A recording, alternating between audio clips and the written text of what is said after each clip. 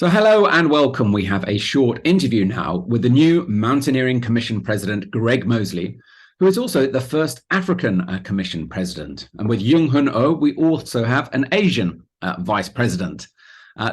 Greg, perhaps you could tell us what do you feel are the main priorities of the Mountaineering Commission?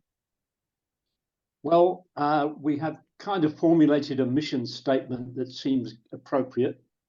And it runs something like this. The UIAA, as a body that represents mountaineering in the world order, has a responsibility and an opportunity to promote the ethics that have defined our sport, or perhaps better, our chosen lifestyle, such that inclusive participation is encouraged while the environment in which it is carried out is protected from degradation. And by environment, I mean natural and human.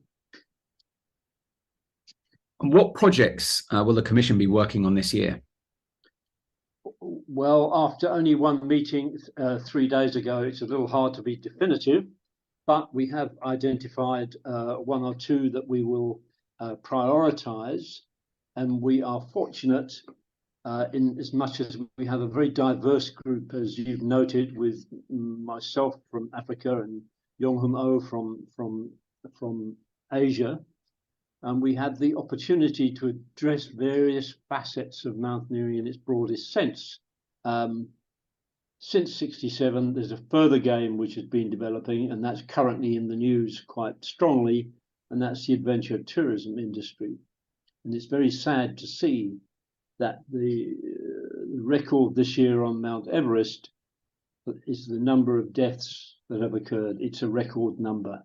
We will carry on with one or two of the ongoing projects, notably the Accident Statistics Joint Project with SAFECOM, as well as one or two of the climate change issues where we think the mountaineering community can contribute. We dealt with the ongoing projects from last year and set out a way forward with specific actions to be taken by working groups that either are or have been set up to responsibility for those projects, such that we have a limited time in which to come to some sort of conclusion.